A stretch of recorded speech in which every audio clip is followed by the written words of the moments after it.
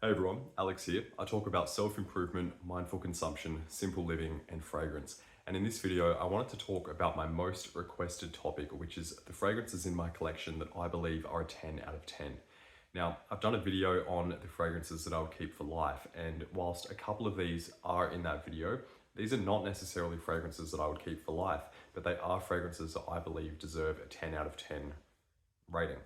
So without any further ado, let's jump into the list. Now, I believe that in order for a fragrance to be a 10 out of 10, it needs to do exactly what you expect it to do, and it needs to work perfectly for what it's supposed to be. And the very first fragrance that does that is Naxos by Xerjoff.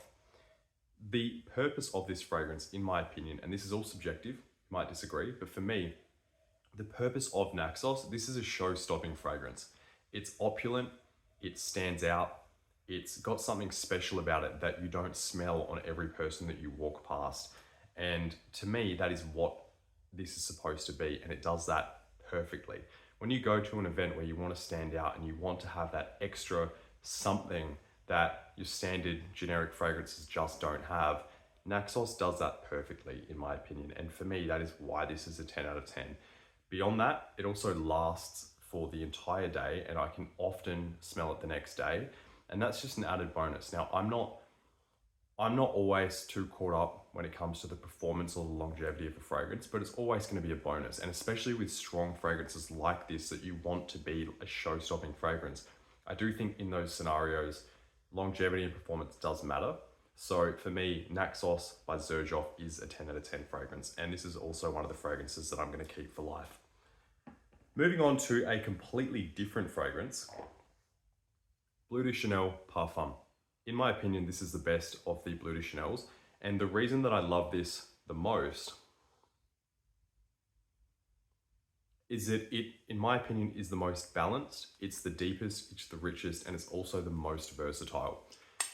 Bleu de Chanel Eau de Toilette and Bleu de Chanel Eau de Parfum are both fantastic fragrances. They're both beautiful, they both smell incredible, but I don't believe that they're formal. However, with the Parfum, it's a lot deeper and richer, which means that you can wear it in formal settings as well, unlike the other two. Really, you can wear whatever you want, but if we're following traditional kind of fragrance rules, this is much more suitable for formal settings as well. And the reason I think this is a 10 out of 10 is simply because it's so versatile. It doesn't really matter what situation you're wearing this in, whether you're at the office, whether you're at a party, whether you're on a date, whether you're doing something casual like going to the cinema, this just works perfectly. You could be in a business meeting or a job interview and it just works. And I think the versatility of this is what makes it a 10 out of 10, as well as the scent itself. It smells amazing. Everybody, pretty much everybody, loves Bleu de Chanel. And that's why I believe that Bleu de Chanel Parfum deserves a 10 out of 10 rating. Next fragrance that deserves a 10 out of 10 is Tom Ford's Ombre Leather. For me, this does what I was hoping Tuscan Leather would do. It's a beautiful, refined, elegant, sexy leather, but with some added characteristics. It's got florals in it. It's got this beautiful jasmine note in it as well. And this to me is a lot more elegant than Tuscan Leather. But when I bought Tuscan Leather, I was actually hoping that it would give off almost this exact vibe. So I was really happy when I bought this, that this actually did what I was hoping I would get out of Tuscan Leather. And I think that given this is cheaper than Tuscan Leather and it smells better, it's kind of a no-brainer. I think this deserves a 10 out of 10 simply because it smells so much more expensive than it is. Yes, it's an expensive fragrance, but this, in my opinion, could be $1,000 and the scent wouldn't feel out of place. I feel like if you were to spend $1,000 on a fragrance and it smelled like ombre leather, and of course, this is all subjective, if I was to spend $1,000 on a fragrance and it smelled like ombre leather, I would be happy and I would feel like I got my money's worth. That's not to say I think any fragrance is worth that, but if it was, I think this deserves it. It smells better than Tuscan Leather. It doesn't necessarily last longer, but the performance on this is ample. It lasts on me 8 to 9 hours, and I think that for really any fragrance, I don't want to be smelling the fragrance after 8 to 9 hours. I don't really care what it is. So for me, this is a 10 out of 10. It smells elegant, it smells sophisticated. I love it. My girlfriend loves it on me. This is probably, in my top 3 most complimented fragrances as well. I don't wear fragrances for compliments, but it's always nice to get them. So simply because this is mass appealing, people love it, I love it, it lasts long, and it does what I was hoping that Tuscan leather would do. This is a 10 out of 10 to me. Okay, moving on to a different fragrance. This is one that I absolutely adore, and there's been some questions about whether or not the reformulation of this fragrance has affected it much. This is Valentino Uomo. This is the original 2014, I believe. This is actually the first nice fragrance that I ever bought for myself. Not this exact bottle, but this fragrance. Now I have this version, this is a 2014, and I think it's a 2021 reformulation with the studded gold neck, I guess. Now, I was really worried when buying the newer version that it wouldn't smell the same, because I absolutely adore how this smells, but they're both identical. As far as I can tell, I've smelled both, I own both and wear both, they're identical. So for me, Valentino Uomo, I just love this scent. In fact, it's actually, other than the Uomo Intense, which I can't find anywhere, this is the only Valentino fragrance that I like. I really dislike the Born in Roma line. I don't like any of them. I think they smell overly synthetic, and they're quite sickening to me. But the original Uomo smells absolutely beautiful. It's got that hazelnut note and that coffee note. And this is a very elegant fragrance, but it also can be worn, and it makes you smell expensive if you're wearing it casually. For me, I love that. This doesn't last as long as I would like it to last, but again, I don't really care too much about longevity if I absolutely love the scent. And I think that, if I get a good 4, 5, 6 hours out of this, usually I'm not doing something that takes longer than 4 to 6 hours. So I'm pretty happy with the performance overall, given that it smells so good. So for me, Valentino Uomo, it doesn't matter which formulation, doesn't matter which batch, they're both equally good, and they're both a 10 out of 10. Okay, moving on to the next fragrance. This is Tom Ford Beau de Jour. Now, I haven't smelt the private blend version of this. I've only smelt the signature line version. The reason that I believe this is a 10 out of 10 is because it does exactly what it's supposed to do. This is supposed to be a strong, bold fougere fragrance, and it does exactly that. I was watching one of the older James Bond movies with, I'm going to forget his name now. I'm going to say Sean Connery, but I don't think it's Sean Connery. It could be. Anyway, I was watching one of the old James Bond movies, and I was absolutely blown away by how elegant and sophisticated the gentlemen were during that time. Okay, we're not going to talk about some of the other stuff that was going on back then, but in terms of how they were put together, in terms of how they presented themselves to the world, when I think of a gentleman, that's what I think of. I think of classic James Bond, and this, to me, it really embodies that era and that vibe. Even though this is a modern fragrance, that is the vibe that I get from that. And when I want to wear a barbershop fougere fragrance, I want to smell like classic James Bond, and this does exactly that. But it amplifies that with a really, really strong performance. This easily lasts 10 to 12 hours on my skin, and it's strong enough to where people around me can smell it, but it's not overpowering. The only negative of this for me is that my girlfriend absolutely hates it, and so I basically don't wear it because she just doesn't like it. But for me, the smell is 10 out of 10. It does exactly what you expect it to do, and the performance is just a bonus. So Tom Ford's Beau de Jour, I haven't tried the private blend version, but the signature version is fantastic. Okay, moving on to the next fragrance. Let's go with something a little bit different, kind of in a similar line to Beau de Jour, but different from the rest of them. Guerlain's Habit Rouge Eau de Toilette. This is possibly my most challenging fragrance, in that this is not a scent profile that people typically enjoy these days.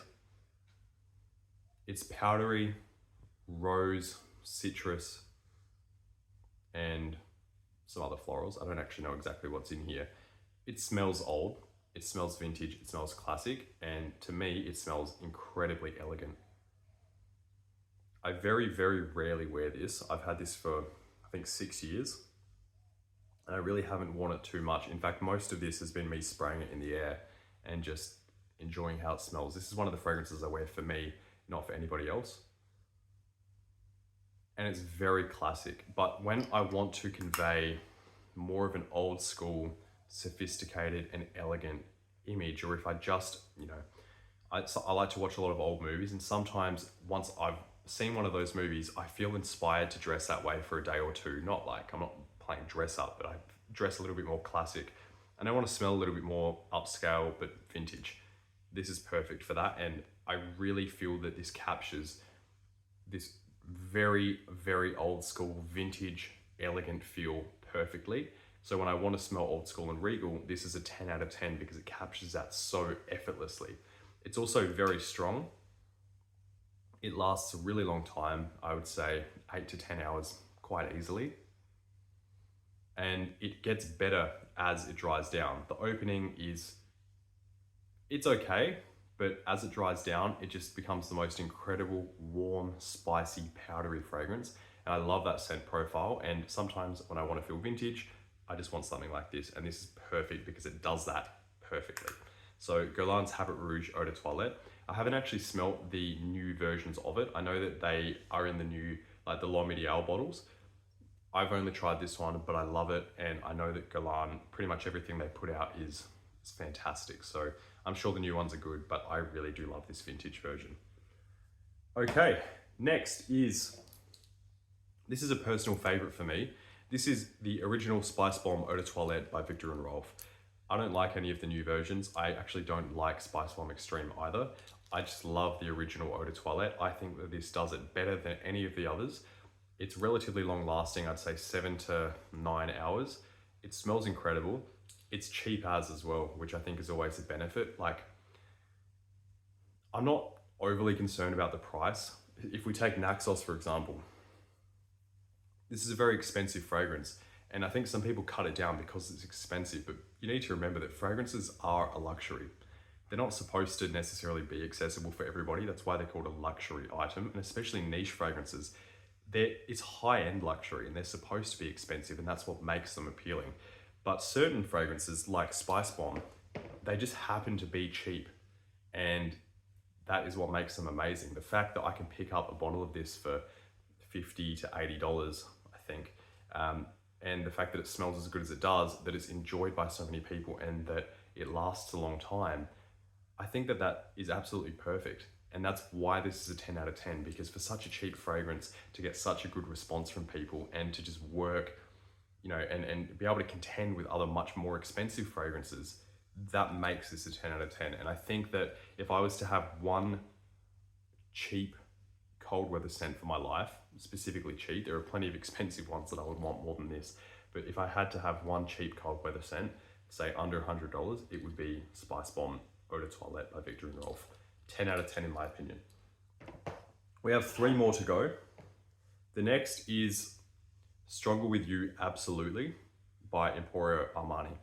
I had the original. I got it on my 19th birthday many years ago now. And that was fantastic, but I gave it away to an uncle of mine who's getting into fragrance. And I found myself missing the scent profile. And then I was in the store and I saw Absolutely on the shelf and I had to give it a try. And as soon as I tried it, I fell in love with how deep and rich and boozy this smells. It basically smells the same as the original, but it's a darker version of it, and it smells, in my opinion, a little bit more mature. It just smells incredible. I'm not a fan of Intensely, but absolutely, when you want a dark, boozy, strong, head-turning winter fragrance, this does that absolutely perfectly. And I think that this contends, in my opinion, with the likes of Xerjoff, Tony Iommi. That's another strong, dark, boozy winter fragrance. They don't smell anything alike, but in terms of certain characteristics, this could work equally well in the situations where I would be wearing that. This is just fantastic. It's absolutely beautiful. And I also think that I got this for quite a decent price. So I'm not going to say what it was because I can't quite remember off the top of my head, but this was relatively affordable. And it's absolutely incredible. This also lasts 10 to 12 hours easy. This is one of the fragrances that you wear and you'll be able to smell it the next day without any issues whatsoever. So Stronger With You absolutely is another 10 out of 10. Okay, we have two more.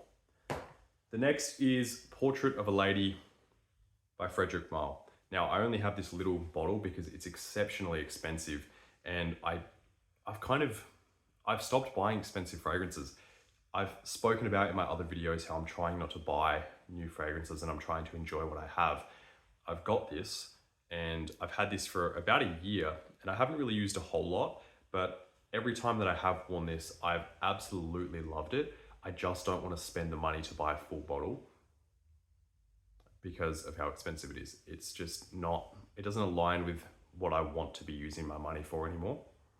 But this is a 10 out of 10. My girlfriend's cousin wears this as her signature scent, and every single time I smell this, all I can think of is how incredible she smells every time she walks into a room. And I know this sounds weird because my girlfriend's cousin, but they're very close. And I don't mean it like that. She just smells amazing. And every time I think of how she smells expensive, she smells elegant, she smells very put together. And I want to smell like that too sometimes. So when I go to really upscale events, specifically nighttime events in cooler weather, Portrait of a Lady by Frederic Malle is absolutely perfect for that. And I don't think, in my opinion, there's any fragrance other than perhaps Halfeti by Penhaligon's. I don't think any other fragrance comes anywhere near how expensive this smells. This is one of those fragrances that if it were $2,000, I wouldn't question it. I wouldn't buy it, but I wouldn't question it because of how expensive it smells. It is dark, gothic, rose, and it just smells absolutely phenomenal. I absolutely love this. So this is a 10 out of 10. I won't be buying a bottle because it's extremely expensive and I've already got way too many fragrances. But Portrait of a Lady by Frederic Malle is a 10 out of 10. Moving on to the final bottle. I've spoken about this before as well. Prada Amber Pour-Homme. Going back to a fragrance doing what you expect it to do. This is soapy, it's clean, it's elegant, and it works either casually or dressed up more formally. This is one of my top fragrances for life. I'm going to keep this for as long as I can. I've got a few backup bottles of this because of how much I love it. And it just does everything I want it to do. And it lasts too, which is, for a fresh fragrance, it lasts really, really quite a long time. When I want to smell clean and I want to smell put together and I want to smell elegant and refined, this is what I wear. More on a day-to-day basis. I don't wear this going to more formal events, even though I could. I've got other fragrances like Portrait of a Lady. But for day-to-day wear, when I want to smell elegant and clean and put together, this is absolutely perfect. It also lasts about 10 hours on my skin. And so Prada Amber Pour-Homme is another 10 out of 10 fragrance that I absolutely love. And not only do I love it, I will be keeping this forever as well. So those are the fragrances. I probably rambled a little bit about a couple of them, but I think that it's important to share my thoughts beyond just what is the price, what does it smell like, and how long does it last. I think that it's important to share a little bit more context around why I love these, because it opens up the floor for a more deep discussion about these fragrances. And I think that's important. I think that it matters to understand why we actually like a fragrance rather than just buying it because it's popular, which is why I like to share a little bit more context. So thank you for taking the time to watch this. I'd love to hear what fragrances you believe are a 10 out of 10. Do you disagree with any of my choices? If you do, let me know as well. I always welcome discussion, and let me know about any other video topics that you'd like me to make. If I think it's a good idea, I'll probably make a video. Don't forget to like, comment, and subscribe and share this around, and we'll speak soon. Cheers.